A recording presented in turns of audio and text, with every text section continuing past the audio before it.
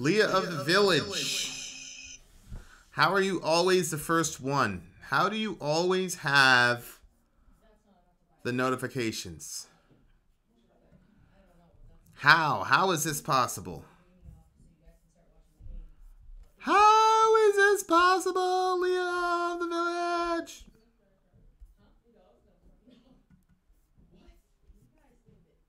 How? All right.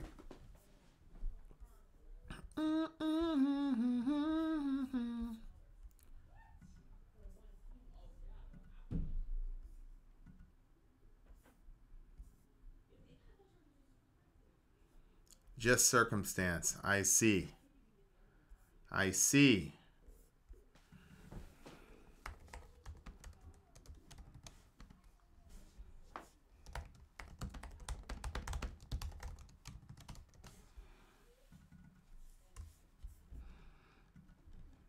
I see. Let me load up here. Let me load up here real quick.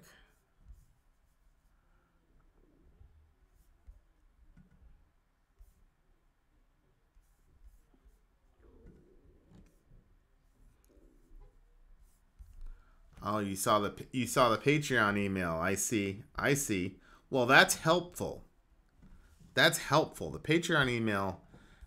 I don't know, for some reason people get notifications on Patreon a lot more efficiently than Facebook for some reason. I don't know if it's because Facebook is so broad and Patreon is a lot more concentrated.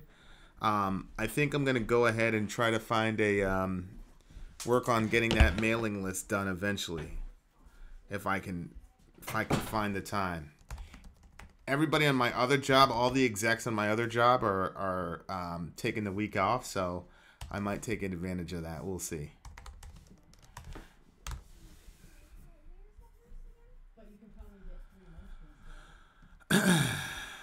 So what are y'all up to? What's everybody up to? I was watching the NFL and decided to go to YouTube for a while, and here you are. Yeah, that's the other thing is like YouTube over the NFL. That's very interesting to me. I get notifications when all other channels have subscribed go live except for your. That's so crazy, Leah. What is going on? There's a conspiracy, Leah. It's because I said like 3 nice things about Trump. So now they're going after me. Now they're going after me. I think that's the reason. I don't know. Probably not the reason. But it sure seems fishy. Sure seems fishy to me, Leah of the Village. Hey, Vin, how's it going? Pretty good, Justin. Pretty good. Yeah, there's no Patriots today, so I'm not really big on watching anything. There's no Patriots.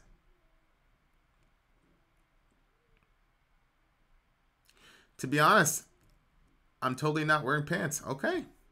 Good for you, Mr. Machine Gun. Thank you very much for sharing that information. If you ever want to wear pants, that would be great too. So what are we talking about today, ladies and gents? Nothing crazy has happened, so I haven't posted in Middle America. So, yes, Survivor Series. What's going on, Svetlana? Finally got to you. You comment a lot on... Nice, Saleh. That's good.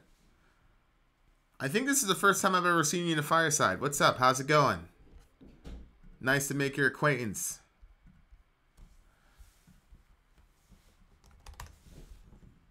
What's everybody else up to today? Is Ronda Rousey still in the WWE? Like is she still doing that or what?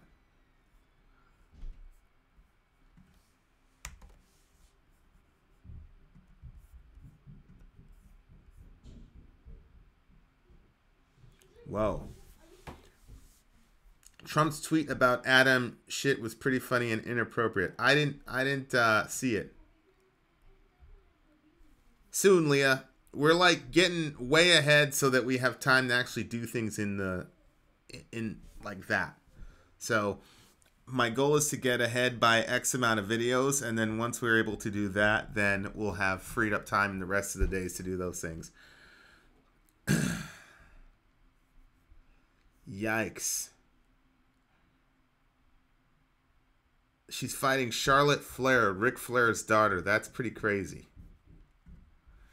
Yeah, I kind of feel bad about the way Rousey's UFC career ended, but what can you do?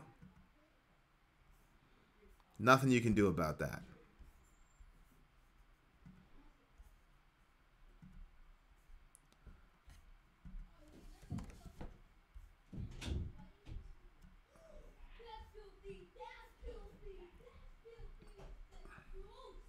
What did Trump say?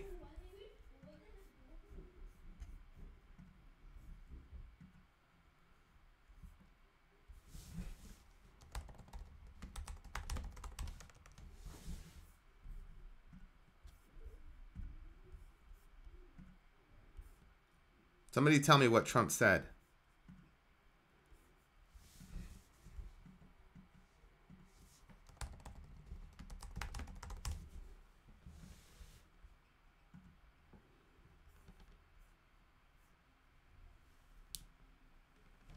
Whoa. Trump admitted to making a mistake on the Arlington Veterans Day issue, though. Well, that's good. Ian, what's going on, Ian?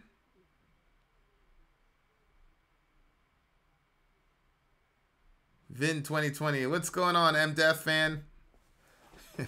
You would not want me as your president. Believe you me. Believe you me.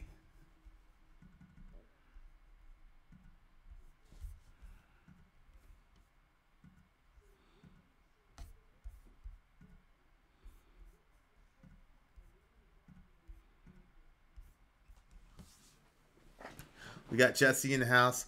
What would happen if you were president? I think there would be a lot of misery. Hey, it's Gen G. Gen G, did you get to finish the typo negative song yet? Or review or whatever we're calling it today? Joel, no. The fireside has actually just begun. We haven't really even started because firesides don't really start till there's like 50 people in the room. So we just started. What's going on, Mr. Neurosis? Devil Neurosis in the house. Ian Aspie in the house. Hex in the house.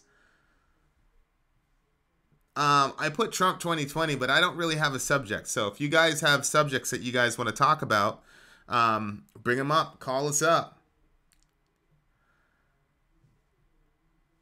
Yeah, thanks, Ian. Yeah, I wanted to have an early fireside for you earlier folks.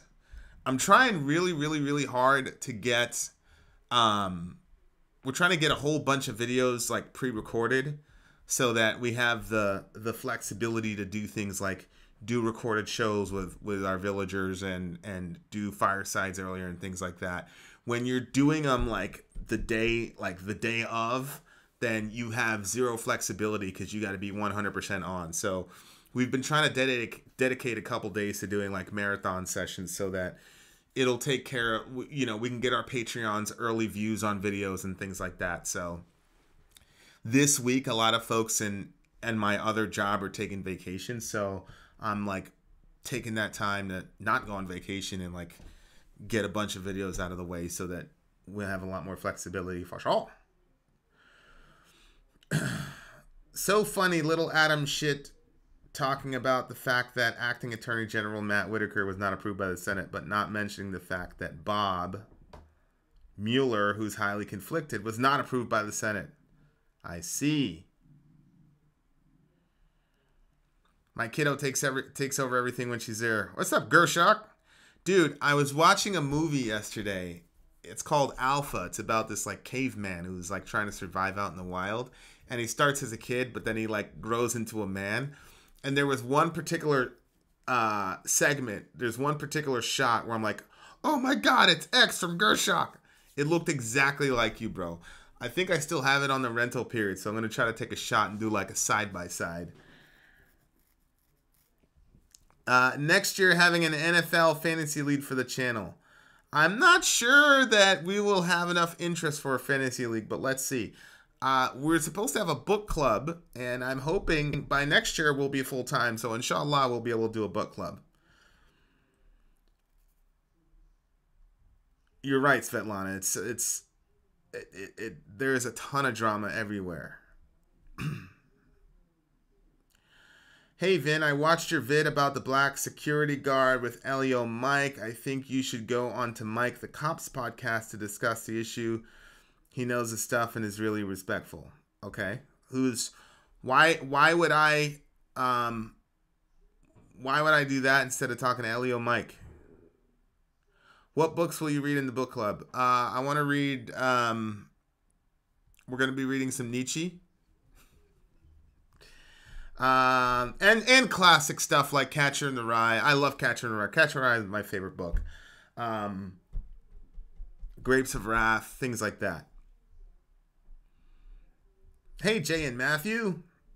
Vin, what's your opinion on fate? You're going to have to define fate a little bit more clearly to me. Let me guess, the Bible. Nope. I don't think we'd read the Bible in the book club. There's a whole other, there's that little Patreon section where the people that are interested in the Bible go to the Bible. But the book club is going to be like the Western classics.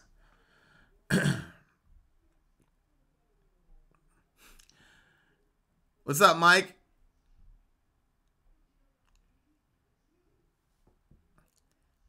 I can't stay too long. Survivor Series is today. Don't judge me. I don't judge you, man. Look, Jay, during the Attitude Era, I loved wrestling. I just, the characters were so huge. The alliances were so huge. I would be watching wrestling right now if that was still around. But unfortunately, after the Attitude Era, man, I don't know. I miss it.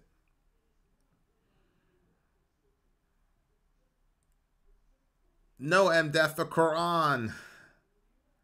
Our days are written in his book, so fate exists. Yes. Whoa, Gerthach. That's terrible. Sorry about that, my guy. Bears Vikings in a little bit. Yeah, me and Dorian are going to be watching Bears Vikings. We have no loyalties to any of them, but hey. Yeah, Svetlana, he's in California and the smoke there is crazy. Trisha wants deets in this club. Well, we've got to be full-time before we even do that. So, like, right now, the strategy is we're going to do we owe some people some reviews. So we want to get ahead on that, and then we're going to do our reviews with the folks that we need to do reviews on and all that good jazz.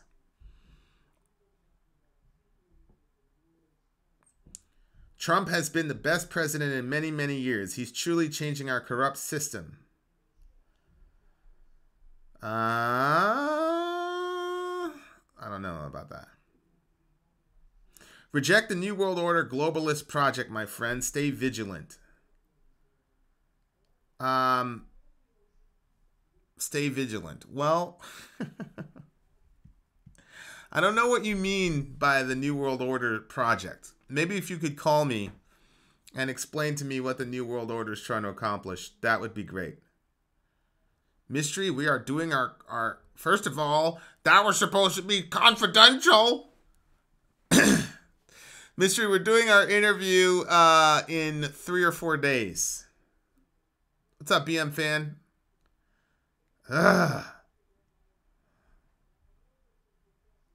What is going on?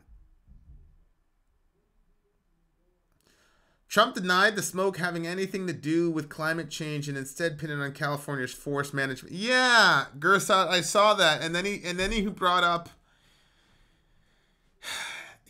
Finland or something like that and how they handle things. I'm like, I think the climate in Finland is a little bit different than the climate in California. I'm not an expert in that stuff, and if I don't know what I'm talking about, I'll readily say it. But I think there's probably a difference there. I'm not sure that Trump is handling this fire thing properly. It seems to me there's it seems like he's handling although this kind of goes to him not necessarily being racist because he's an equal opportunity victim blamer, I guess. But just like how he basically blamed the Puerto Ricans for the disaster that happened in Puerto Rico, it seems that Trump is now blaming California for the horrible tragedy that's happening there. Is anybody else getting that, or am I misreading that? Vin, do I believe in the Virgin Mary? What do you mean, do I believe in the Virgin Mary? Yes, Fred. This is a fireside, and I'm predicting that you're probably not going to call me.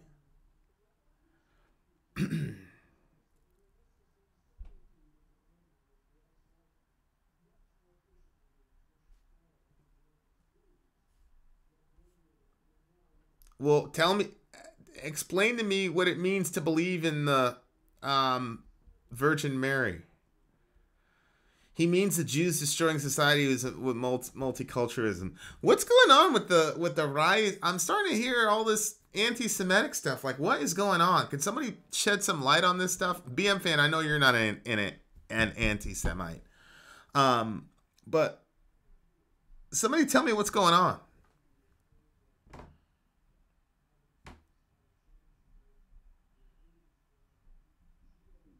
Trump blamed the corrupt politicians in Puerto Rico for sabotage relief efforts.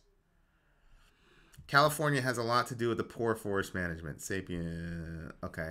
All right. It's not really the president's job to handle California forests. That would be rather the awful California government.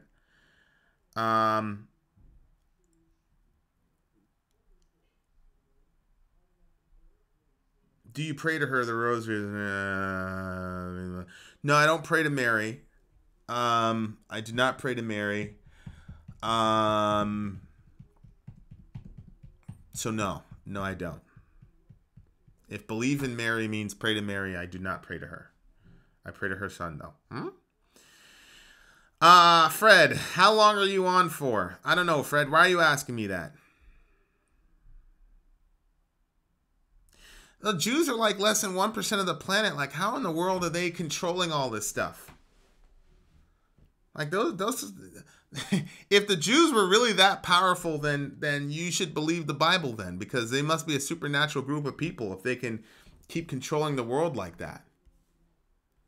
I mean, it doesn't make sense to me to blame them for everything.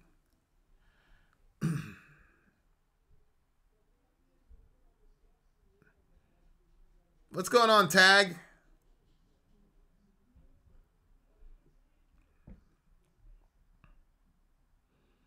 Okay, what do you want to call me about, Fred? Fred, the local villager. What do you want to call me about?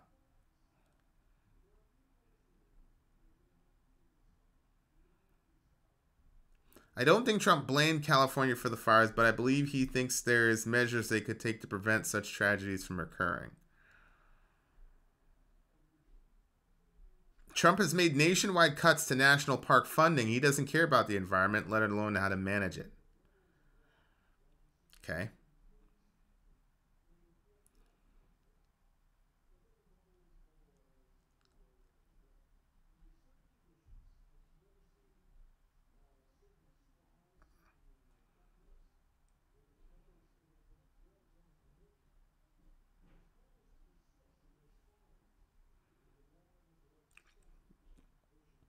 No, Gersach, it is a miracle. It is a Middle America stream. It is. We're going to be having a Vin and Story stream soon because we're going to have an interview with a pretty important person in metal right now, in my opinion, in our community, obviously. So,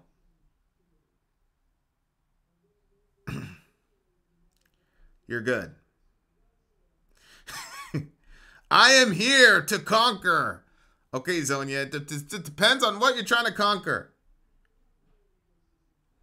Satan is the Lord of the world, Vin. It's in the Bible. No, the Bible doesn't say Satan is the Lord of the world. Actually, God is the Lord of the world. What do you think of Julian Assange? I have a suspended opinion of Julian Assange.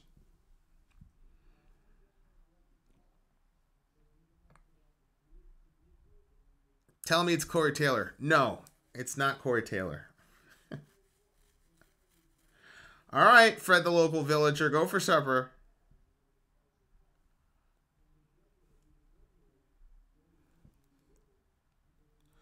When the leader gets to speaking, it's your duty to respond. I'm going to leave these fakes leaking like I'm Julian Assange. That's Black Thought, ladies and gentlemen. It's a very good line.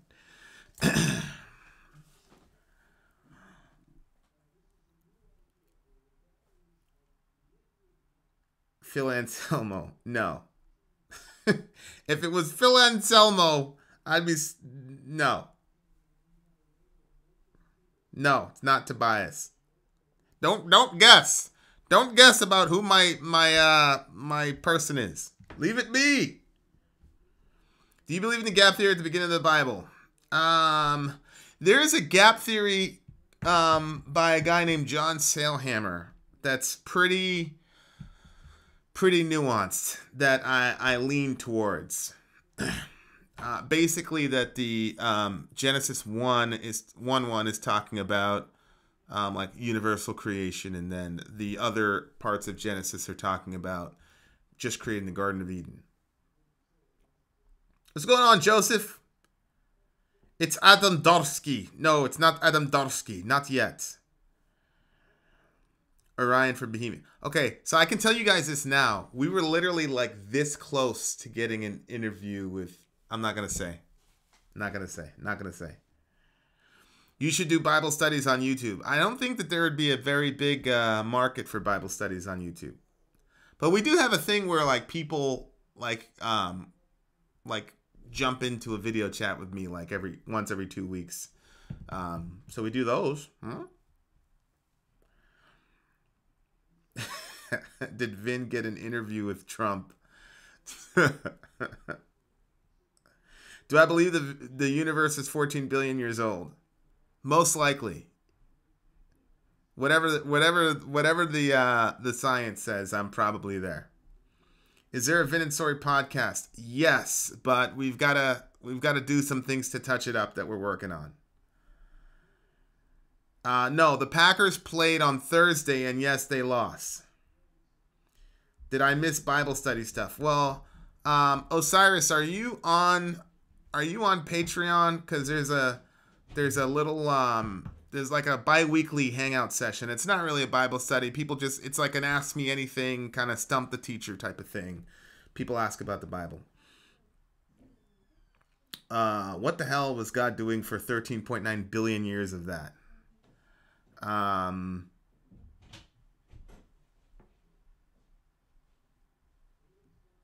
What do you mean by that? We know that we are from God and that the whole world lies in the power of the evil one. Yeah? That's a good verse. So what's your point, Meshuggah?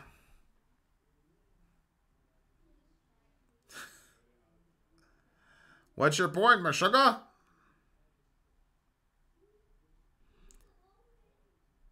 Can you do a video on how you fight your depression? I need some mental tools.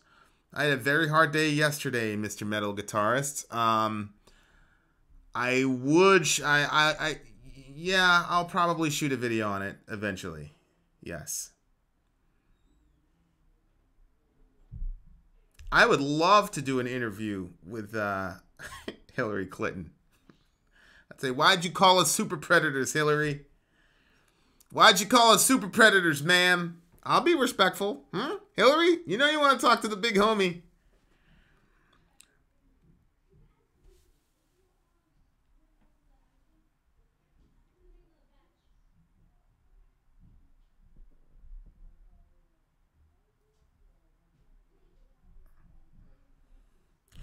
What would be your first question for Trump if you got an interview?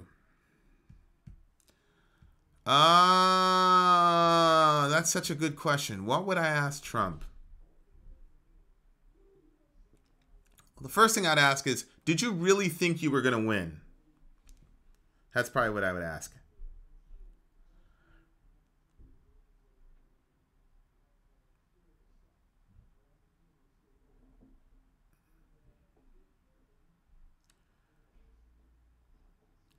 Meshuggah, you added the term Satan. The term Satan in 2 Corinthians 4:4 is not there. You know that. As a matter of fact, I'm pretty sure it says in their case, the God of this world, yada yada yada yada yada. Do you think he'd answer truthfully? I don't know if he'd answer truthfully. It's Bin Laden. Assalamu alaikum.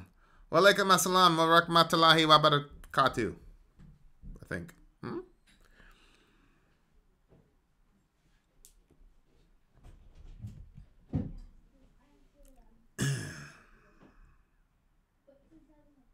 What do you think of Saiten Bruggencate? I've spoken to Saiten Bruggencate. I'm more Bonsenian in my approach to things, Jan, but I think he's right. I just think that his delivery kind of cuts off conversation, because I think he's right, and I think that his perspective is correct. I just think that, you've probably seen this. There's a lot of times I have conversations with people where there is a whole set of arguments that I could use to completely shut down the conversation, but sometimes you leave those on the table so that the conversation can continue because you're trying to win the person and not the argument. So that would be my criticism of Sai. But I think that he's brilliant, and I think that he's so brilliant that the silly people that are debating him don't realize how silly they are. Let's say it that way.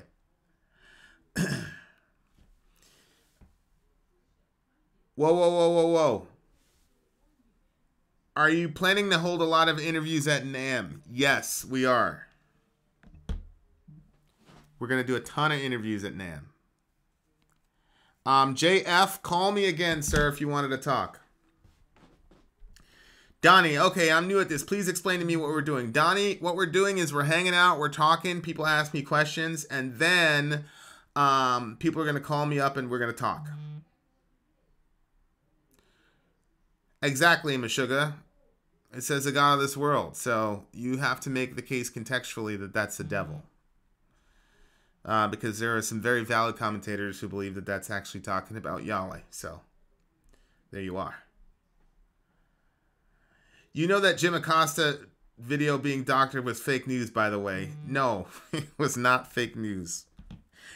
Call me up and talk to me about it, please.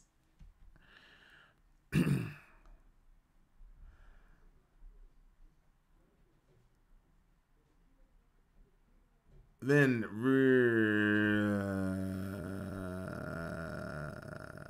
what's a black metal song that most appealed to you?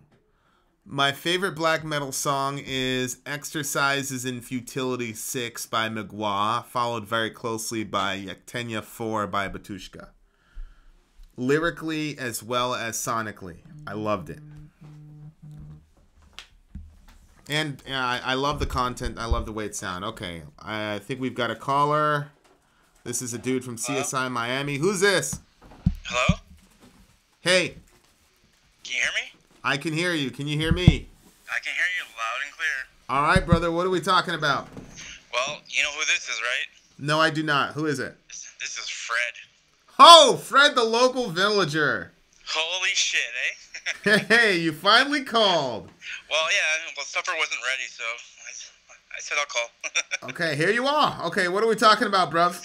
Well, what you want to talk about, man? Like, you're talking about Trump, you're talking about racism, feminism. What do you want to talk about? I mean, I don't have a problem with any of them. Weren't you the first guy that came after me for the toxic masculinity thing? Yeah, okay. Well, if you want to talk about that, okay. Listen, for me, hi everybody. For me, I understand we want to protect, the females and the women, and, how they feel and everything. And we don't, obviously men took advantage of the women, correct? Okay. Like we obviously, in some cultures the woman walks behind or in front, whatever, they're not exactly respected. So I understand that finally the women, they stood up for themselves, correct? Good. Okay, so good. far, so good? Okay. But now, how far did it go that now men, they're bowing down to the women, you know what I mean, and letting everything, how can I say it, like, I don't want to sound like, Do you take us electing Donald grab him by the pussy Trump as us bowing down to women? no, the reaction of it, I think it was, because for, like, I don't know, like, I played sports, right, organized sports and everything, Yep. so I've been in locker rooms, I know how guys talk, you know what I mean? So have I. Sorry? I've been in locker rooms too. Yeah, so I've heard guys talk about girls at the clubs, at the bars, etc., etc. You know, how and I've even heard women speak about, you know, guys, and how, you know, it goes both ways, right? Uh-huh. So for Trump to say that, you have to understand, like, Trump. Wait. Are you saying that there's like an equivalency between the way that men are objectified versus the way that women are objectified in Western culture? I would say it's more of a 60-40. 60-40 in what direction? Like men, you know, like we're a little bit more nasty than women, we'll say. We're a little bit, so we objectify women a little bit more than they objectify us. Correct. But so if you go to Walmart, Walmart and you see all those magazines on the rack, you're going to see a bunch of half-naked men. Yeah. At the same clip as you see half-naked women.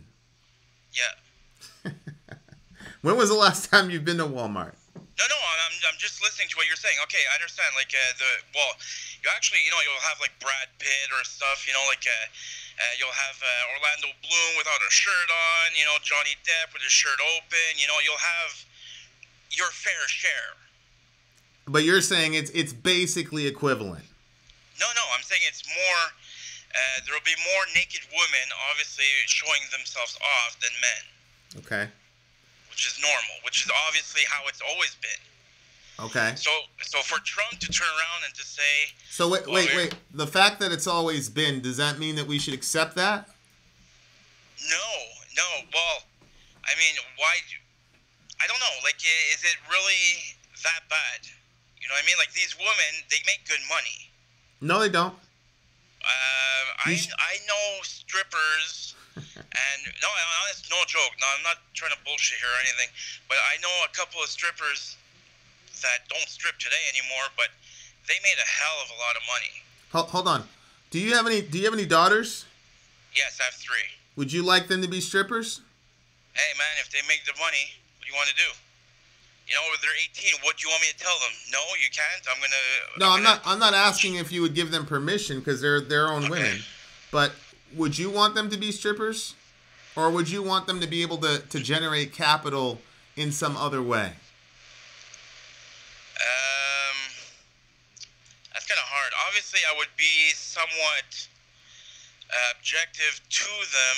Obviously, I would want them to go a different path. You know what I mean? Take a different road. Obviously. You would want them to have opportunities that capitalize on their intellect and things of that nature, to where, if you know, they would have the mechanisms that people use, that the levers that people pull to get ahead in society, you would want them to have equal access to that, right? Yeah, of course. Okay. Of course. All right. Okay. So I would also want that for my son. I agree. The issue is that female strippers are a dime a dozen. It's not even close to the levers that your son would have to take, and your son already has those built in, just based on the fact that he's a male, statistically speaking. Okay. So is that good or bad that we have a situation where women are being exploited in the Western world? Well, obviously it's going to be bad. Okay. Obviously, but the thing is like, there's nobody holding a gun to these women's head, right? Says you. How do you know nobody's holding a gun to these women's heads? Because I know people that have gone into it by their own will. Yeah, but like, they look at it and they say to themselves, "Oh, you know, I can easily go make $400 or $500 a night by some stranger putting bills in my shorts," you know. And it's like, okay, or I can go work a dead-end job and, go to college and possibly not get a job after. Because I know so many college kids that go to college and they go all the way to university and they have a problem getting a job, which is a sad fact. Okay.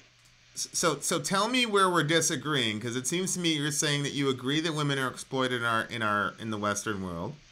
Yeah. You agree that that's not a good thing. So tell me where we're disagreeing.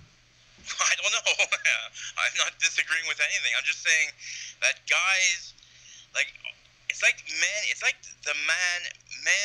Hold on for 1 second, my brother. Meshuggah. We're not doing any ad hominem, okay? So, especially to Pony, but aside from Pony, we're not doing any ad hominem. So that's one. The next time that happens, you're out. You can come after me all you want. We're just not doing that for anybody in the chat. Okay, go ahead, Fred. Continue. Yeah. Okay, so this whole Trump thing, the grab the girl, the woman by the pussy and all that, Yeah? For me, that's a private conversation that should have stayed private, number one. What do you mean by that? Like it shouldn't have been revealed? It shouldn't have been revealed because I'm sure in the past there has been presidents or vice presidents or CEOs or whatever have spoken the same way that have not been exposed. Right, and you just continue to make my points for me. I agree with you. Okay. I don't agree that it shouldn't have been exposed, but I do agree that this is probably pandemic among male leadership in the Western world. But I'm failing to see. It seems to me that you're illustrating that feminism is still necessary. It is, but to a point.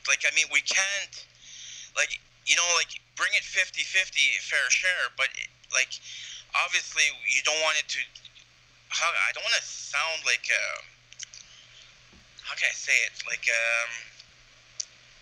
I don't want it to overflow and give women full power as much as women don't want men to have full power. So you want to make sure that the feminism is just enough that the women don't overpower us. Is that what you're 50-50 down the line for everybody? So is that what you're afraid? Do you believe that feminists are trying to overpower us? I think men are allowing that. You think men are allowed? Okay, what example do you have of men allowing women to overpower them?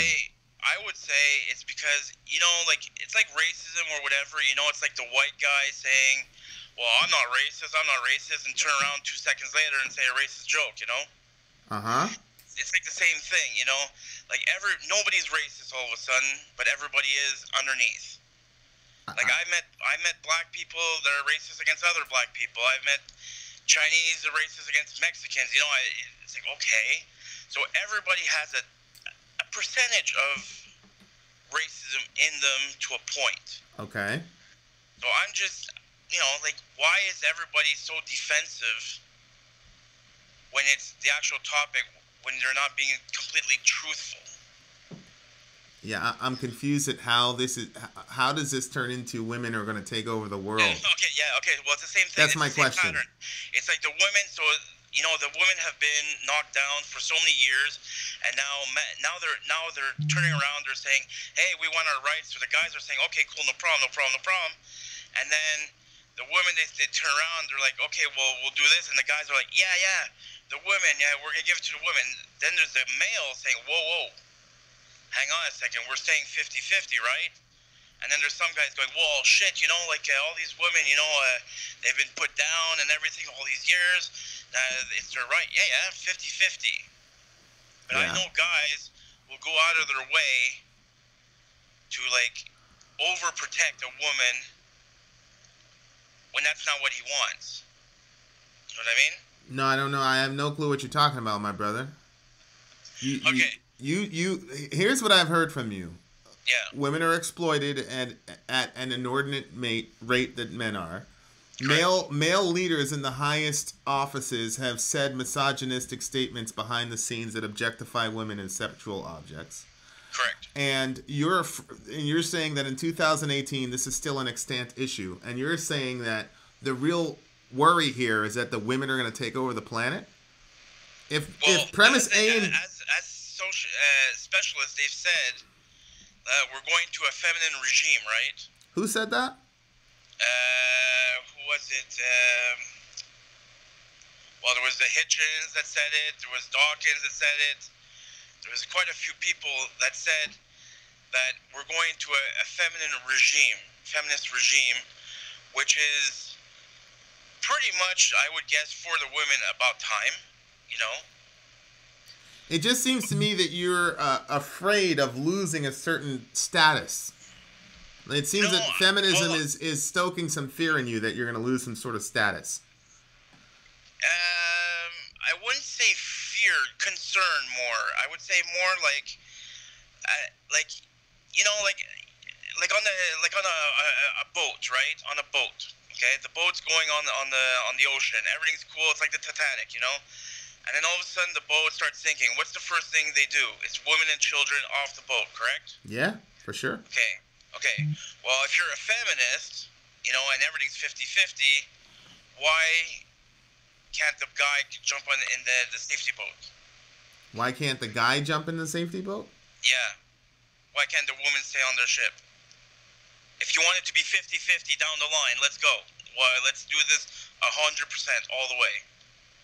I don't think that's what they're asking for, brother. What are they asking for? Because, see, this is the thing. It's like, first of all, not all feminists are monolithic. That's number one. So, for example, we've got pro-life feminists, we've got pro-choice feminists, right? Yeah.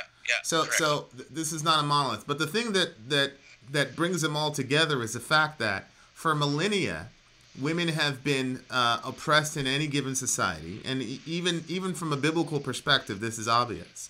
Yeah. And so men who are the beneficiaries of that oppression are not going to band together and say we need to get these women the honor and respect that they deserve.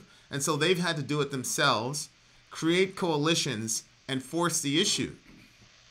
And what I'm hearing from you is that you're still saying that the men in power are have these archaic views of how women should function in society. And so when I hear you say that, I say to myself, well, it's patently obvious then that these women still need to go out and force the issue in a given society, because if they stop, then nobody will. Because as you said, you're concerned about your status in society as a male being revoked because these ladies are coalescing together and fighting for equality. Yeah, well, no, I'll support them for equality just as much as I'm going to be equal to them. What do you mean by that? Like, I mean, like, you want 50%, well, fine, I'm 50%. You're not going to get 51, and I'm getting 49 if I'm not going to have 51-49. Well, it's never been 51-49, brother. I understand, but that's why once it gets to that point, but it seems like it's skyrocketing to surpass. You know what I mean? Well, the numbers that what data is telling you that women now have this inordinate influence in a culture? Sorry? Repeat? What data do you have that demonstrates that women have this inordinate influence in culture? Just regular facts, man, that you will see on the news tell me these facts. Eh? Tell me the facts. I mean, you've seen the show before. What facts are you talking about? Well, like, I don't know, like, voting, like, for our government here, you know, like, I'm in Canada, right? So the government here, the prime minister here, what he did was he didn't necessarily put in cabinet the best of the best. He decided to put women to balance it out.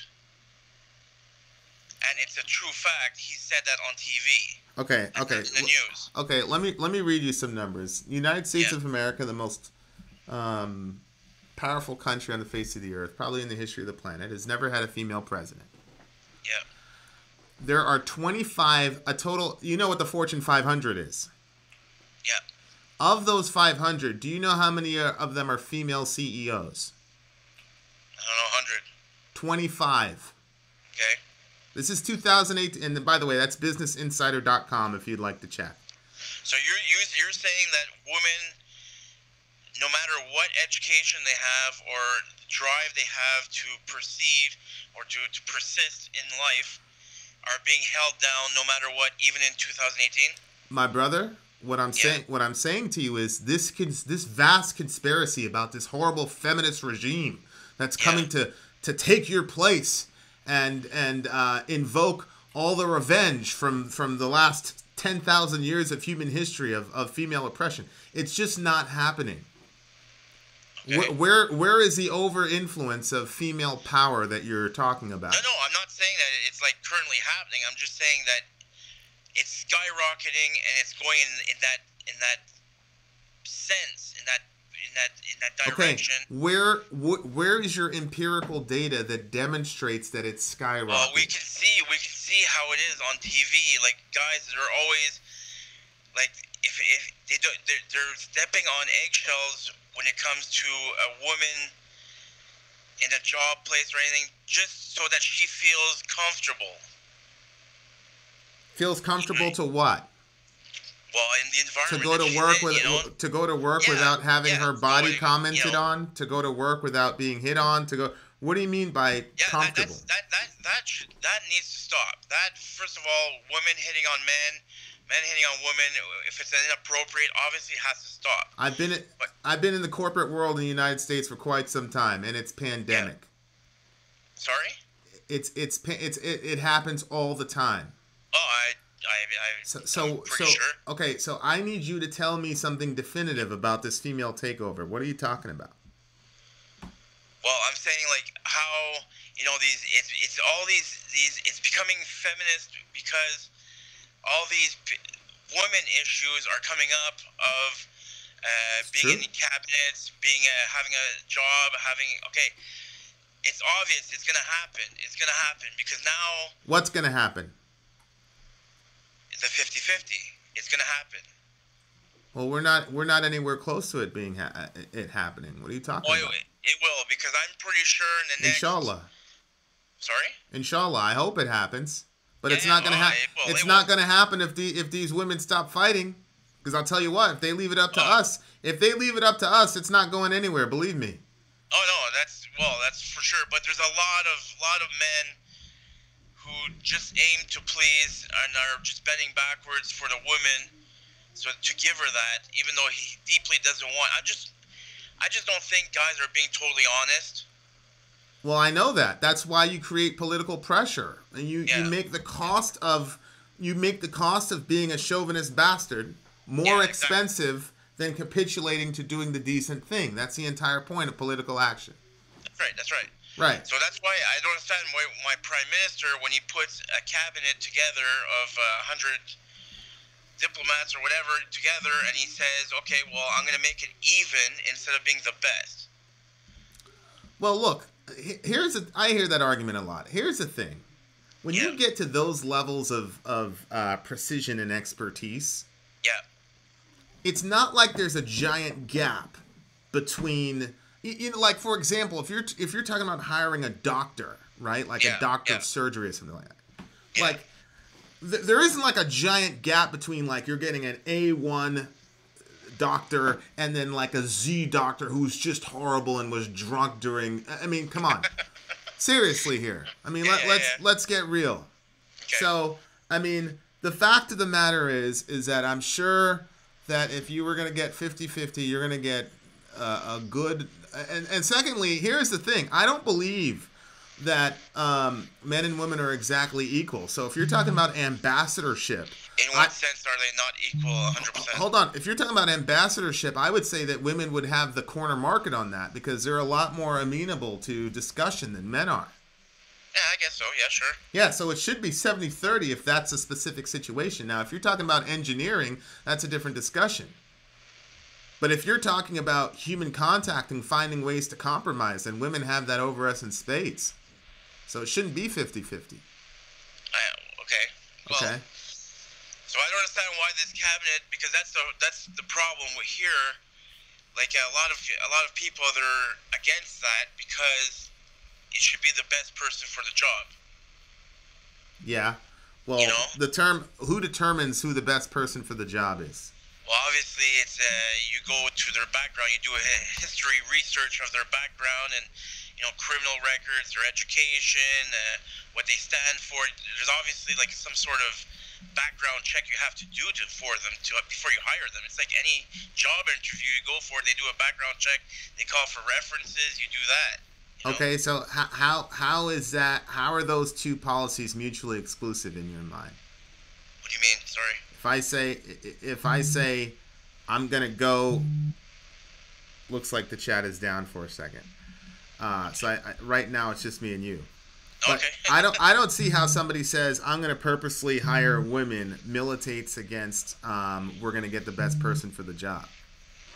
Because like I said, if you have 10 applicants and applicant A and applicant B have pretty much the exact same, background and education, then you have to make a subjective decision about who you're going to hire, right? True, yeah. And historically speaking, men have hired other men. Well, I would flip a coin, man. Well, he's saying we don't need to flip a coin because historically we've known what's happened.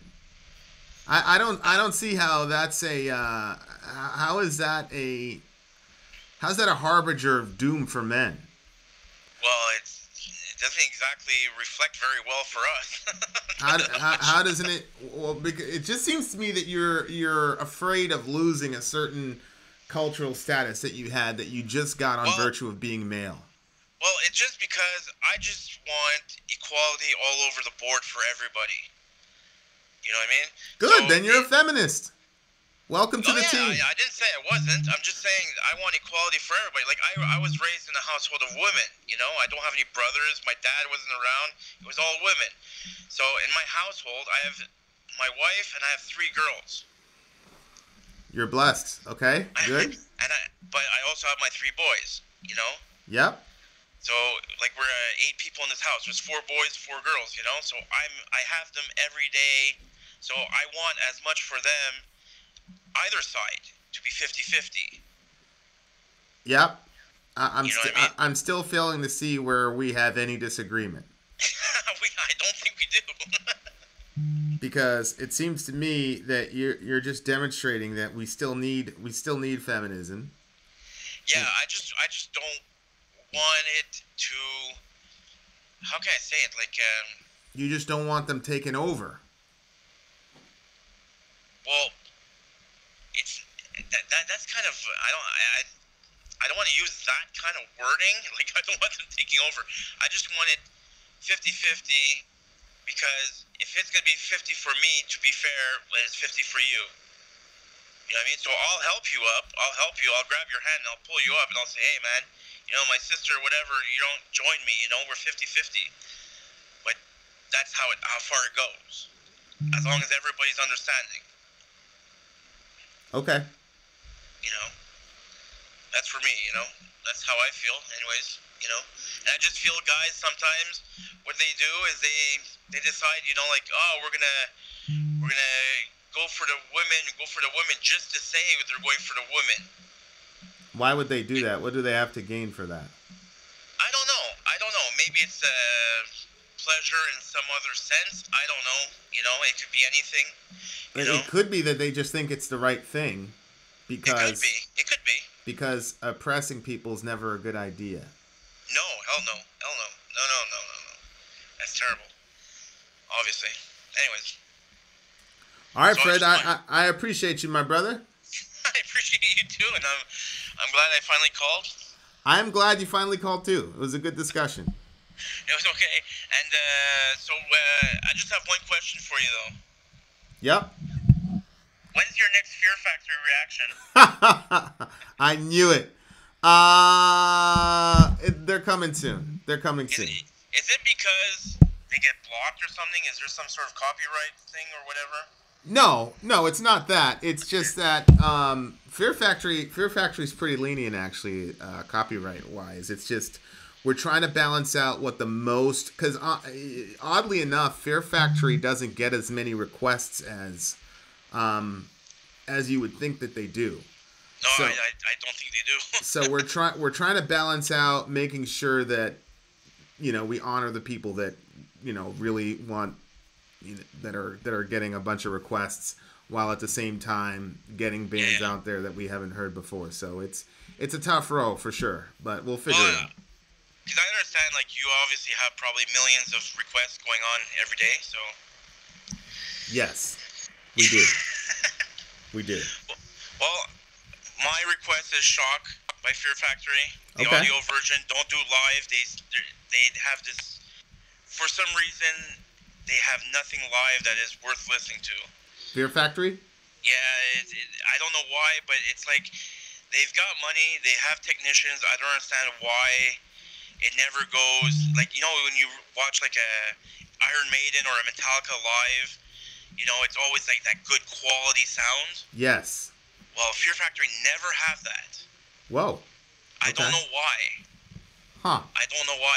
You can look it up. Go on YouTube or whatever and look it up and say Fear Factory Live. Look it up and it's like, oh, it's kind of off a bit, you know, or it's muffled, or, you know, it's like there's some sort of like a low tone to it or something. It's weird. So if we do Shock, we'll do the audio version. The audio version. And you will not be disappointed. Inshallah. All right, buddy. Thank you for your call. You were great. I'll talk to you soon. Cool. Ciao, bro. Bye. I am aware that the chat died. YouTube is working on it. I guess they're saying they're deploying a crew of monkeys to try to solve the problem. So I'm still reading. We have 55 people in the chat, so that's good. That was a very enlightening conversation, I think.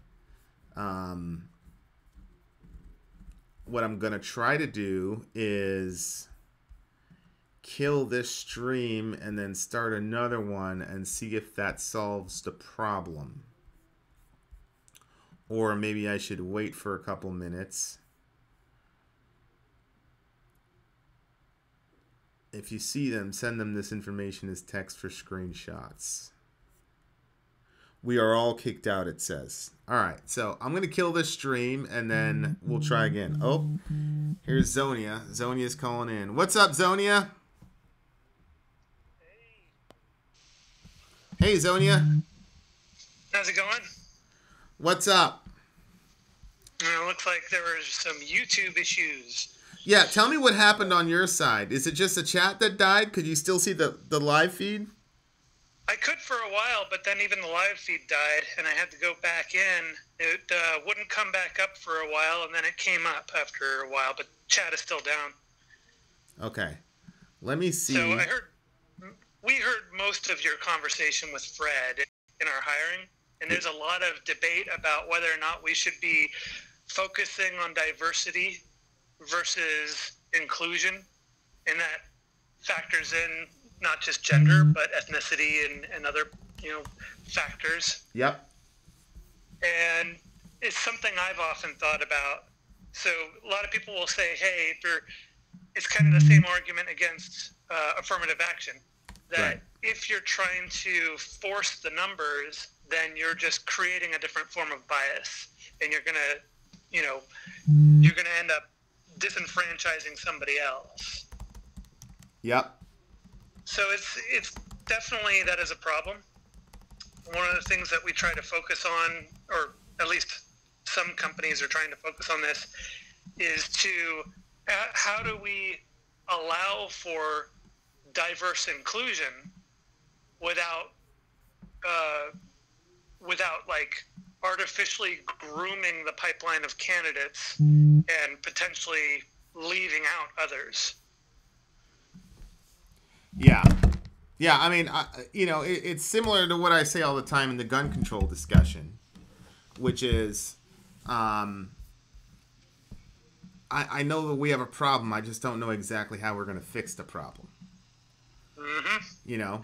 So I will say, though, like, if it's between myself and a black woman, and there's an opportunity for a certain, I've got a certain type of opportunity, I think if I'm disenfranchised, I have a better shot at recovering from that disenfranchisement than she would. So you personally would make a sacrifice, perhaps? Well, what I'm saying is, when you talk about if you channel certain, opportunities to certain demographics, and it's kind of like squeezing the balloon, where you create a situation where now the other group is disenfranchised.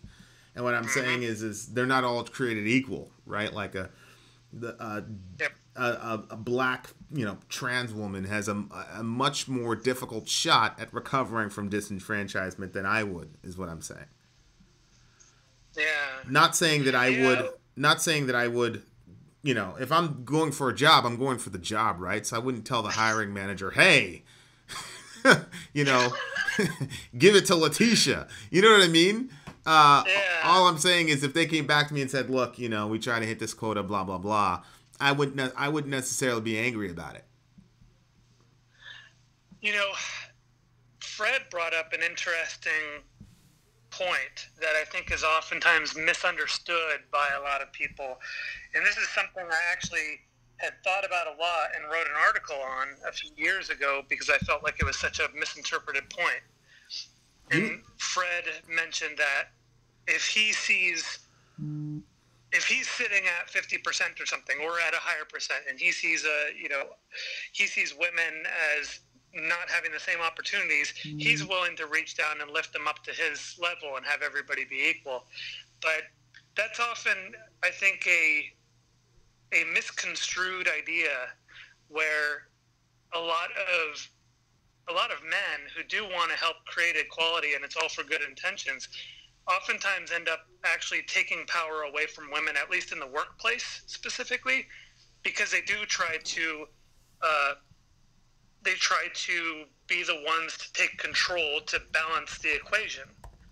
And women don't want men to be balancing the equation for them. Women just want the same equal opportunities. So they want to have the same opportunity that men do have to achieve success, and they don't want a man to try and lift them up. Right. Because that doesn't create opportunity. That just creates further power imbalance. Right. Yeah, it's just another way of exercising that power. I'm not, and I don't believe in that. They can, and I don't teach my daughters that. They got to stand up and make their way. My thing is, we just need to take barriers and obstacles out of their way. Mm-hmm.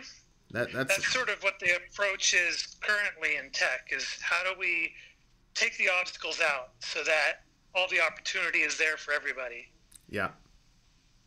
Exactly. And that's where a lot of people, I think, are kind of missing the point. I think a lot of people will criticize a lot of the approaches that we have in tech and say, you're trying to artificially create diversity. And we're not.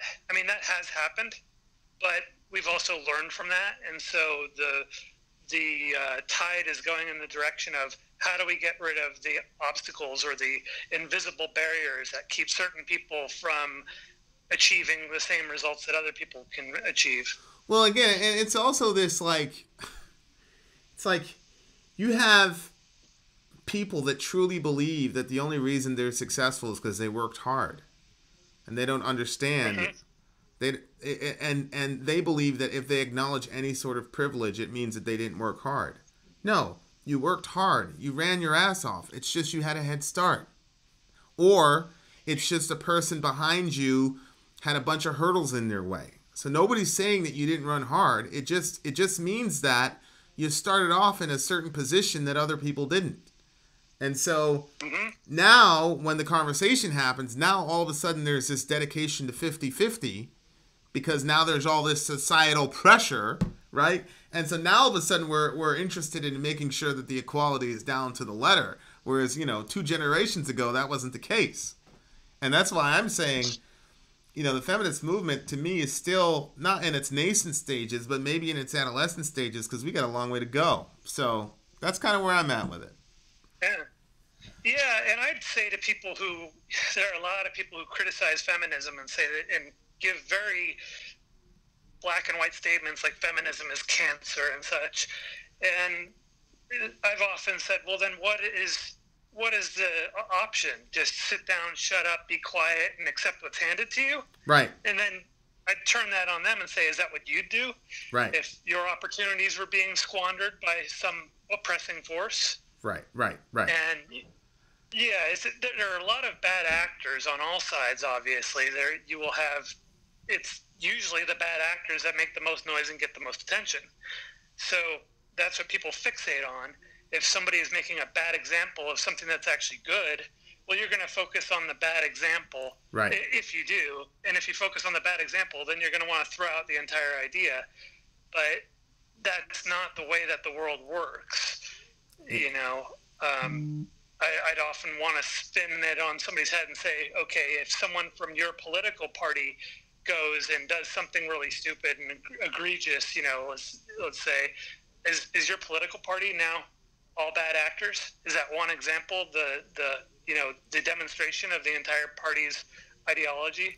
Right, and then you take the radical fringe of some, like, I don't know, somebody brought up an example one time where feminists went to a college and said something like, you know, a boy baby crying, a boy infant crying is an example of toxic masculinity. And I guess she was serious. And then it's like, let's broad brush the entire feminist movement as that. It's like, come on. Like, it's very convenient. It's a very convenient tactic to do so we can dismiss the very obvious and real grievances of people. But that's not the way forward, I don't think. Yeah, it kind of goes down to just people need to be prepared to rethink certain things and look at details, look at the nuance. Right. And as long as people focus on the outliers and the extremities, you're not going to see the picture of what's being conveyed and what the problems are. And you're just going to leave people with no option, which means oppression continues and things just continue to stay where they are, stagnant, or get worse. Yep. All right, yeah. Thank you so much, Zonia. Hopefully MDef fan is going to call me up and explain to me why we don't need feminism. I guess we'll hear from him soon. All right, much love to you. Gen G, you are terrible. For the most part, the only people who hate feminism are white men and white women who have been controlled by white men. I never hear minorities complain about feminism. I don't know about that, sis. Call me up. Call me up, MDef fan.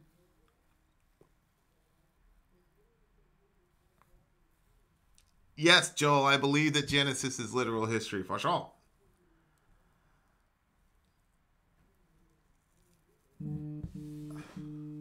Here's Meshuggah. Black women don't need feminism either. Okay. All right. Hey, I'm Death Fan. Talk to me, buddy. How's it going, man? What's up? Oh, Sunday, man. Getting ready for work tomorrow. Here's Meshuggah. Black women need black men to stand up. Meshuggah, call in. I doubt you will. Okay, go ahead, MDef Fan. Oh, so I originally wanted to talk about the Acosta video thing, but I know that kind of the subject's changed to feminism. Well, no, I mean we could talk about the Acosta video if you'd like. I guess really quick, I just would say that I know you listen to Jordan Peterson. You're a fan of his. There's a couple of good videos about him talking about toxic masculinity. Actually, he says masculinity is not toxic. It's about a 30-minute video or so. I was wondering if you've seen that, and have you seen his views on the subject? I have seen it. Unfortunately, the people that were interacting with him were unfortunate. For the record, for anybody that doesn't know, I'm a fan of Jordan Peterson. I love him. The term toxic masculinity is not created to describe masculinity. It's created to describe toxic masculinity. The vast majority of feminists are heterosexual, which means that they're picking a masculine male partner.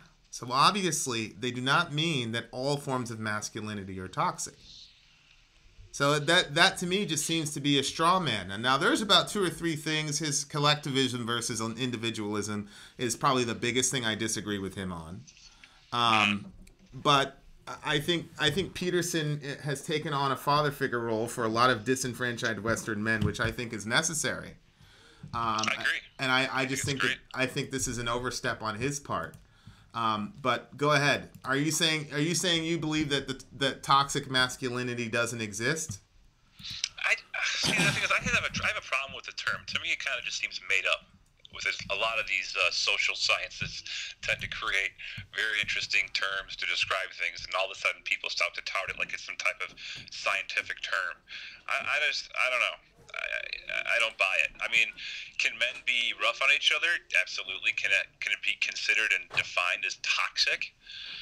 I don't know. I mean, Well, toxic. here, What does toxic mean? let me You know? let me read an actual definition to you, because actually one of our villagers had to write an article in college for it. The big homie James Marshall, he wrote it for sociology, his sociology class. Toxic masculinity is one of the ways in which patriarchy is harmful to men. It refers to the socially constructed attitudes that describe the masculine gender role as violent, unemotional, sexually aggressive, and so forth. An example of this would be a real man cannot be a victim of abuse, or that talking about it is shameful. That would be an example of toxic masculinity.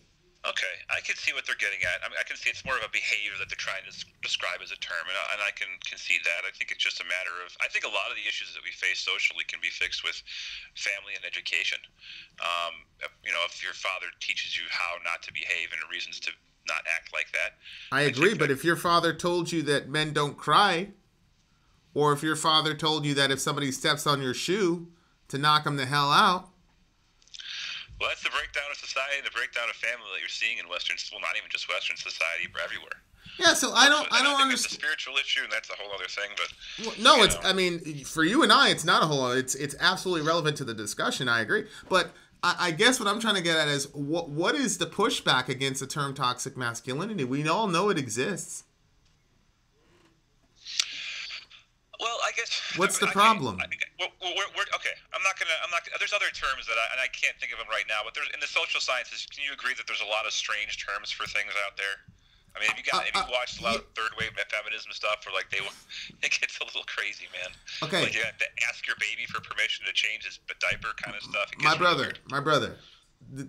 I had this discussion with the big homie Dan. Are you a patriot? Do you love your country? Yes. Is America the greatest country in the world? I would like to think so, yes. Okay. You know that there are fringe white Protestant men who would say the same thing, but then go the next step and say some really racist white nationalist stuff, right? Sure. But those are the fringe elements. That's a hyperbolic exaggeration of who you are. It wouldn't be fair or intellectually honest for me to associate you with them, would it? No, it wouldn't be. Okay, so when we associate third wave all feminism with women who say that you have to ask your kid to change a diaper, or it's toxic masculinity when an infant boy cries to get his mother to feed him, you're associating them with fringe elements of their group. How about we just talk about what they're saying in the main and in the mainstream? How about we just stay with that? Is the mainstream in the colleges? Because if it's the mainstream's in the colleges, I would say it's pretty extreme in the colleges. Like what? What are these feminists saying in the colleges that are extreme and crazy? Oh, I mean, they just seem to be very. Man, I seen one recent interview with was it Dave Rubin and some, I would say, crazy feminist just screaming over the top of him. And a lot of the times I think it's like not even being able to have a conversation with some of them where they're just screaming over and over repetitive stuff and blowing dog whistles and that kind of crazy stuff. Don't you think that Dave Rubin is specifically selecting who he's going to talk to and who he isn't? No, he's at the college campus. People can just walk up and ask him questions. I saw it was just it was just one example that popped into my head. So then when TYT goes to a Trump rally and they're all racist and they come up with all these racist ideologies, is that then a fair representation of your position? No, not at all. So what are we talking about? Well, I haven't seen the Young Turks do that. I guess maybe that's. I'm sure there's always. I guess there's fringe. There's fringe on both sides. And I get it. I guess the underlying core of this is: do we want to see equality across people and across genders? Yes. Do we want equality of opportunity? Yes. Do we want equality of outcome? No. How bad do fathers have it in this country right now? So if you're married to a wife and your wife cheats on you, you're paying for the house. You got to leave the house, sleep on a futon, pay for the house, pay for the kids. I mean, there's a lot of inequality that goes on between men and women when it comes to fathers and mothers in this country. Can we agree there? No, because I personally, my brother, that's a terrible example to bring up. I personally know a young lady where that's not what happened at all. Well, check it out. I'm engaged, right? I have 2 kids with my fiance. Okay. She could literally make the decision right now that she wanted me. I mean, she has all the power. I have none. Luckily, she still loves me, and I have. She has all the power. Oh yeah. What are you talking about? What power are you talking about? She could take the kids away from me. I'd have to pay for them. I'd have to go to court to get somewhat of, since we're not married, I'd have to go to court to get some type of visitation rights. I mean, there's a lot of, I could argue there's a lot of inequality among mothers and fathers' rights in this country, and that's male and female. I mean, that's, I guess you could say, it could fall under this umbrella. Are you saying we don't need feminism? No, I mean, I think that, you know, I got women that I love in my family, and that's not even enough of a reason to say that I do believe in equality across for people. Okay. But I don't agree in equality of outcome. I don't care that there's only 25 Fortune 500 women CEOs in the country. If they wanted to be that, if they really wanted to work that hard to become a CEO, they could. Do you stop right? I'm gonna stop you. Hold on, my brother. Hold on, my brother. I'm gonna stop you. I'm gonna stop you right there.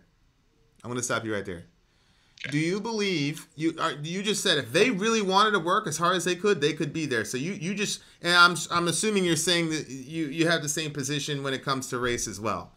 That people, if they just worked hard, they'd be able to make it. In today's world? Yeah. I mean, I've been working in the corporate world for a long time. I see a lot of powerful women of all different colors that do make a lot more money than I do, and I do pretty well. So I don't know. I'm not really seeing it right now in the workplace. Hold on. Is your perspective that everybody now is on completely equal footing? That there are not biases against genders or races at all? We've made it. It's such a broad question. I think it's to try to. Well, you made a broad statement. You said, I don't care if there's only 25 women, because if they worked hard, they'd be there. That's what you said. They could be, though. If they wanted to work the amount of hours, but most typically, it's like the gender pay gap. Do you think the gender pay gap is real? Well, hold on for a second. We're staying on we're staying at one thing at a time, because all of us saw the interview that Peterson did, right? Okay. We're staying at one thing at a time. My question to you is, do you have the presupposition that we are completely on equal footing now, racially and gender-wise? I would say no, because we're not on equal footing individually. I don't think it's just as simple as colors and background. I think that's just too basic. I think it's you should go by individual case, because there's shining examples, and of every different type of person that's in a position of power. Is there not? Say that again? Aren't there shining examples of every different type of person, gender, color, in a position of power, and can that not be found in the world? Or in the United States? No, you can't. You can't find an example of a female president, for example. Well, that's what you're talking about, voting for somebody. You just said shining examples of people in power. That's what you just said. Well, I'm saying in the workplace. Are there black CEOs? Are there female black CEOs? Are there every other example and combination that you can think of? My brother, there are black CEOs, many of which, if it wasn't for the affirmative action steps in the 80s and early 90s, wouldn't have been able to get to where they've gotten. And I remember folks like you, I'm not saying you, I said like you, who were completely against affirmative action in the 80s and the 90s. I was just a kid. But you understand my point. Because they were saying the same thing in the 80s and 90s. They were saying, oh, man, if you pull yourself up by your bootstraps, then you'll be all right. So, yeah, you can point to black CEOs now. Well, today you could just go get a government loan to take, I wouldn't recommend it, but you could get a government loan to go to college, and you could, if you should be so inclined to, put your nose to the grindstone, you could be successful, right? If you chose to work so hard. I mean, you're so successful because you work so hard, right? I mean, my brother, I'm success. Listen to me. My mother had about three or four very formative discussions with me because I didn't have my dad, and she told me, she said, look, these white people aren't going to give you anything. You need to outwork everybody there. Because if you don't, if you're not the best there, you're not going to get even a wink of an opportunity. And the minute you screw up, you're going to be the first one gone. That's how she socialized me. She didn't say, hey, you've got an equal opportunity with everybody else. That's not what she told me. Okay. And the facts are? It's great advice. It is great advice. Similar to what my dad gave me. Yeah, but you weren't in my situation, brother, believe me. No, but I was in a pretty bad situation growing up. I see, this is the thing, as I was talking about Zonia. When I say I am a feminist or anything like that, I am not saying that life is easy for men. That's not what I'm saying. What I'm saying is, and you know this because we're kind of hold the Bible as sort of like a template for life, right in Genesis 3, God talks about the battle of the sexes, right? He says, your desire will be for your husband, he will rule over you. And that's not God commending Adam and saying, yes, oppress this woman. God is saying this is the curse, right? So yeah, you're right. He says, like, love your wife and respect her opinion and right. and use that and take that into consideration. Right. What God tells men positively is to treat her as an image bearer of God and understand that she's going to inherit the universe with you, 1 Peter 3. So what God tells men positively is that we're supposed to do that. But what God also tells us is this is human nature. And human nature is such that because we are generally in power in a society, we're going to abuse that power, right? Oh, yeah, that is definitely human nature. All right. So who in a given society between men and women have generally been in power? Oh, well, men, because of our physical strength, for sure. I mean, going way back. Okay. So if that's the case, doesn't it follow necessarily then that there would be a necessity for a coalition of women and men who come to speak against that? Absolutely. That's feminism. Even still, that's feminism, them deaf fan. Hold on a minute. Hold on. Okay. That movement itself, I think, is necessary. But also, at some point, the pendulum might swing too far, where they go a little too far, and it gets a little crazy. And we're seeing lots of signs of that now, right? I'm not saying that you agree with those people. I don't agree with those people, but it's necessary. I think it's a necessary conversation. Okay. But it also could be taken too far as well, right? How so? Well, I mean, all of a sudden, if the laws are changed, I mean, I tend to believe that I've seen a lot of guys get totally reamed in the courts with their families. And, I think that, there's situations like that and that happen in society where, father's rights are just completely less than the mother's rights in situations when children are involved. Sure. So, sure, but you can't pin that. That's not a feminist movement. I mean, see, I'm glad that you brought that up, because here's a stereotype I usually hear about feminists, that they're these clipped-haired, psychotic lesbians who hate men and hate children. And all they want to do is be CEOs at work. So then when you bring up, I hear this brought up a lot. I hear this brought up a lot about the custody stuff. Well, which is it? It's either feminism creates clipped-haired women who hate children and hate men, or feminism creates a situation in which women get all these kids. I thought feminist women didn't love kids. Which is it? Although modern feminism doesn't like kids. They're the ones that are like purple hair, overweight. Whoa, bro. God. Abortions from the rooftop. I had an abortion. Stuck for a law. Okay. So that's modern feminism. So are you saying that modern feminists are now on your side and fighting to get the kids shoved off to men then because they hate kids? Well, I mean, I think those rules are already established. I don't know. But are they campaigning against it? They're saying we shouldn't be in that situation. See, I just think that we got to get our story straight. Custody has always been leaned toward the mother, but that has nothing to do with feminism. What does that have to do with?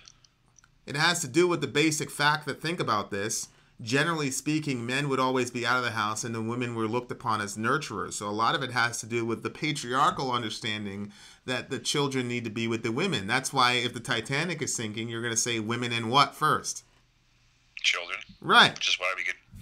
So there's always... So that has to do with patriarchy. That doesn't have anything to do with feminism, my brother. I guess. I really, again, I really wasn't trying to get into this conversation today. I was tell me the other thing. Tell me the other thing about the doctored video or the Jim Acosta video. The undoctored video. File formats, media compression, and frame rate issues, right? I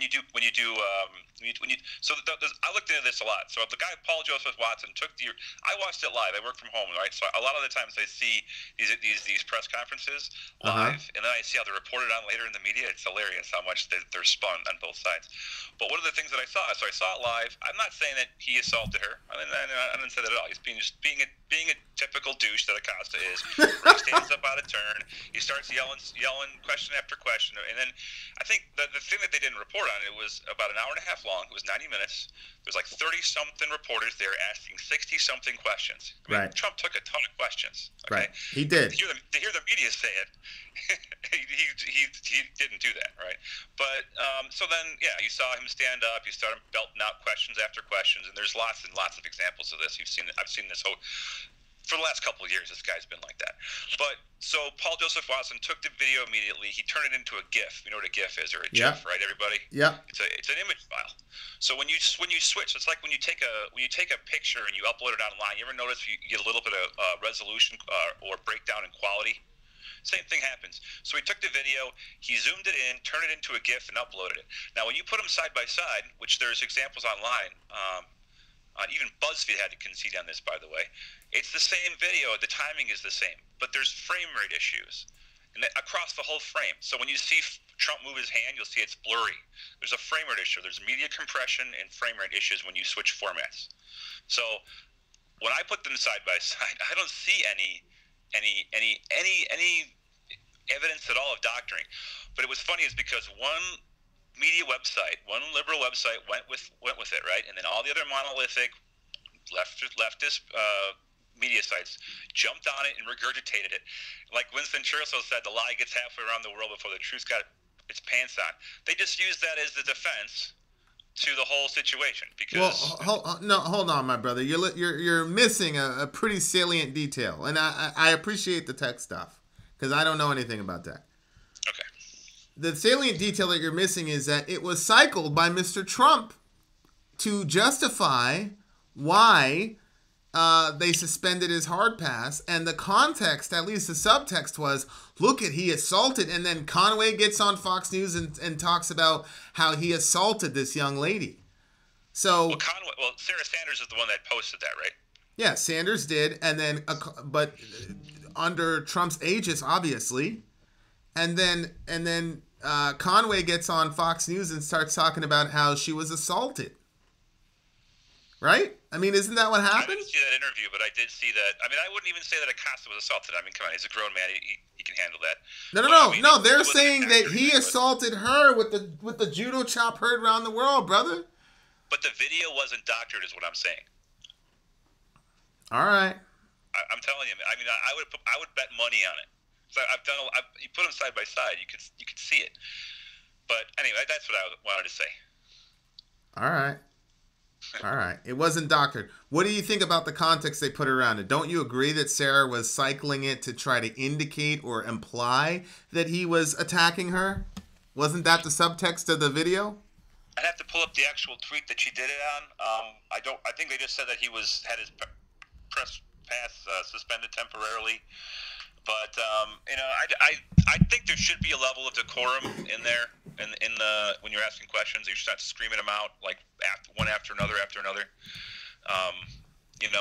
If you this is what I think about Acosta. I always call him like he's almost like a protester. He's almost like that just disguised as a journalist. If you want to ask questions, let the person ask your question. If you have a disagreement to that question, instead of cutting the person off and inserting your own statement, politically charged statement, well, I think that's not right. No, I said in my video, everybody wants this to be one-sided, but I said in my video, Trump gave the guy his fair share. He let the guy ask what he wanted to ask. They were not objective questions that you would want from the media, but Trump let the guy ask it anyway. And he just wouldn't stop. He just wouldn't stop. Which he does all the time. Which apparently he does this all the time. I didn't know that about Acosta, but it was obviously activist journalism, just like you have activist judges. This is obviously activist journalism, which is fine because, like I said over and over again, CNN and Fox are not even pretending anymore to even try to be objective. So it's bad. It's really bad. I was not a fan of the way that Acosta handled that at all. But I was also not a fan of them cycling that video, doctored or not. What they tried to do with the video at minimum was doctored because they were trying to act like he was assaulting her.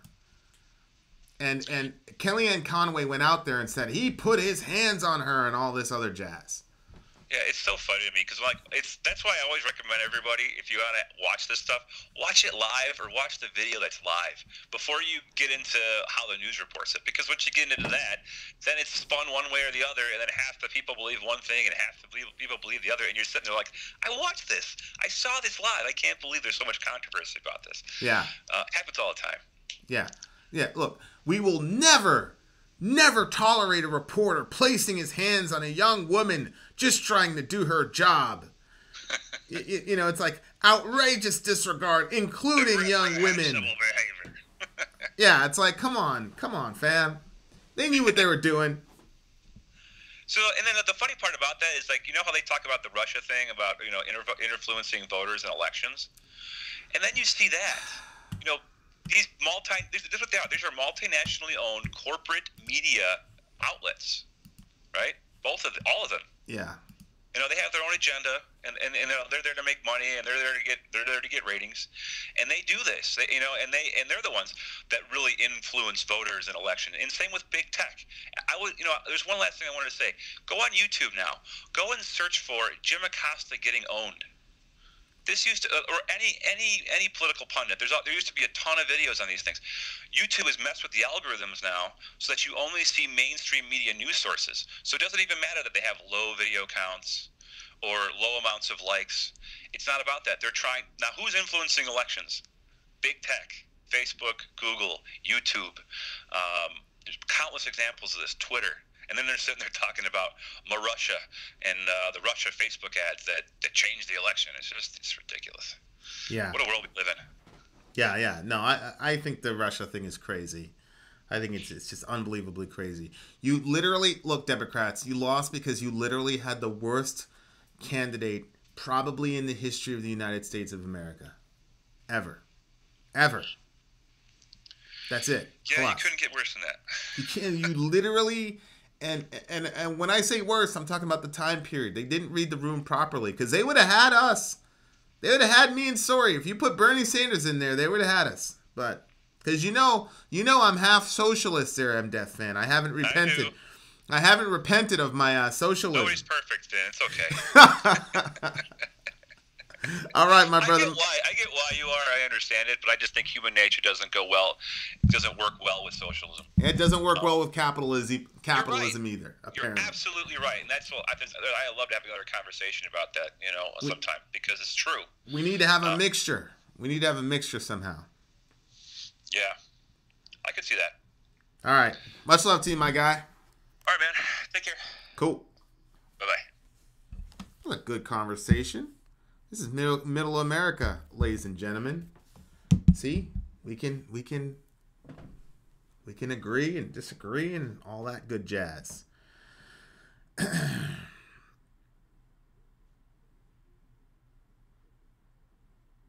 Right.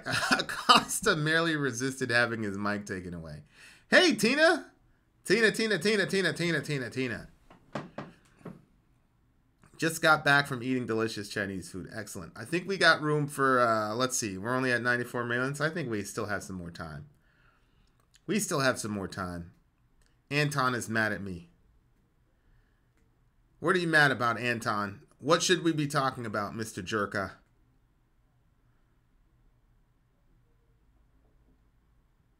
Okay, Pony, call up. Mixed economy or regulated capitalism? No, Jen. I mean, I completely agree. I mean, you pretty much summed it up perfectly, what happened with the Acosta thing. It was ridiculous. It's absolutely ridiculous. And, I'm really tiring of both of these sides trying to use assaulting women or abusing women or whatever for a political tool. Like, I'm very surprised that there wasn't more of a outcry about them just it became about the video, which I guess I fell in the trap too, instead of like looking at the big picture and saying, they just minimize the very real issue of women getting abused by men to use this silly political stunt. Who's on the phone? It's Pony. It's Pony of the Village. What's good, Pony of the Village? Well, I just wanted to bring up some points, actually. Talk to me. Well, you know that Native Americans are matriarchal, so I kind of wanted to bring that up because, I think that's a good idea. You think matriarchy is better than patriarchy? Well, not necessarily better, but, I think that's interesting that they value the women ahead of the men because they bear life. Yes, I agree. So how has that worked out in Native cultures, at least in your experience?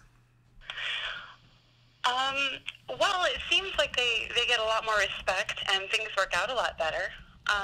However, there have been some stories that, like I'm originally from Oklahoma, and they had the oil there, and the Cherokees ended up there, and some of the generals, the white generals, were marrying the Cherokee women and killing them just to get their oil fortunes.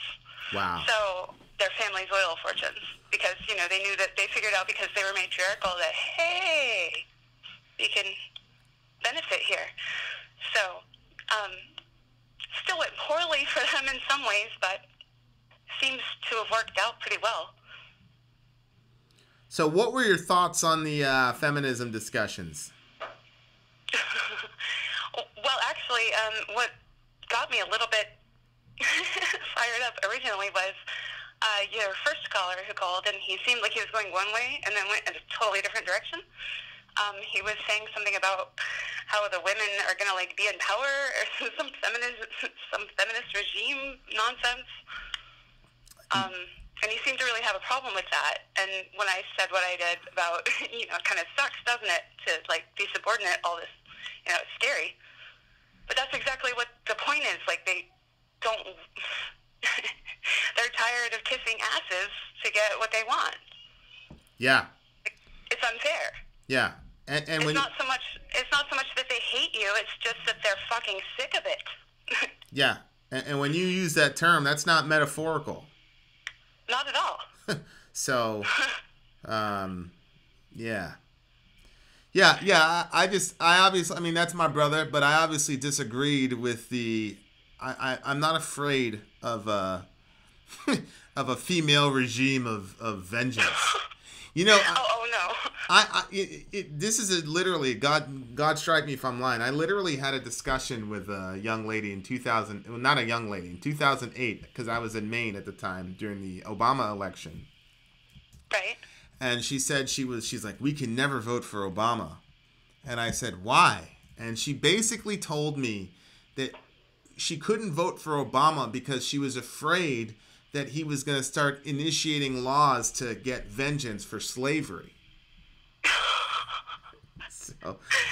So she didn't want Obama because he was gonna. Well, then they should be really afraid of an indigenous president, then, huh? Right. So it's kind of like this thing where it's like, oh, we screwed these people over for all this time, and now they're gonna get back at us. You know what I mean? Gosh, that's ridiculous. But it seems to be like that's kind of like the fear, and I'm like, well, no, I'm not hearing that from feminists, and I'm certainly not saying that. So they're sick of getting unsolicited dick pictures too. Also true. I would be. I think they're just hitting a point where they're tired of it and they want to be treated a little better. That's all that is. They're not trying to overthrow anything. They're not trying. Some of them go around throwing bleach on people, which is not cool, but... Yeah. I just think if we got over fear, we'd be able to actually listen to each other a little bit better. Well, not only that, if we just started being the change we want to see in the world and started giving everybody a little bit of love instead of hate, make it a little better. Which is why we got the Village Pony? Yes! I love the Village also. But yeah, that's basically all I wanted to say, other than, I love you guys, and... Love you too. I'll try to call and debate you more. I disagree with you too much. I'll say something about Floor or Nightwish or something. Well, I could always talk about Nightwish. So yeah. There's that. Well, that was your first debate. It wasn't with me. You had a debate with somebody about Nightwish, and they lost their mind. Remember that whole thing? Yes. Yeah. It was Scissor, and while I respect his opinion, yeah. We just disagree a little bit. That's all. Yeah. Scissor was a little bit emotional. Shout out to the big homie. Yeah, I love Daria. I think he totally misunderstands. I actually really do love Daria a lot, but I love Floor too, and I have a long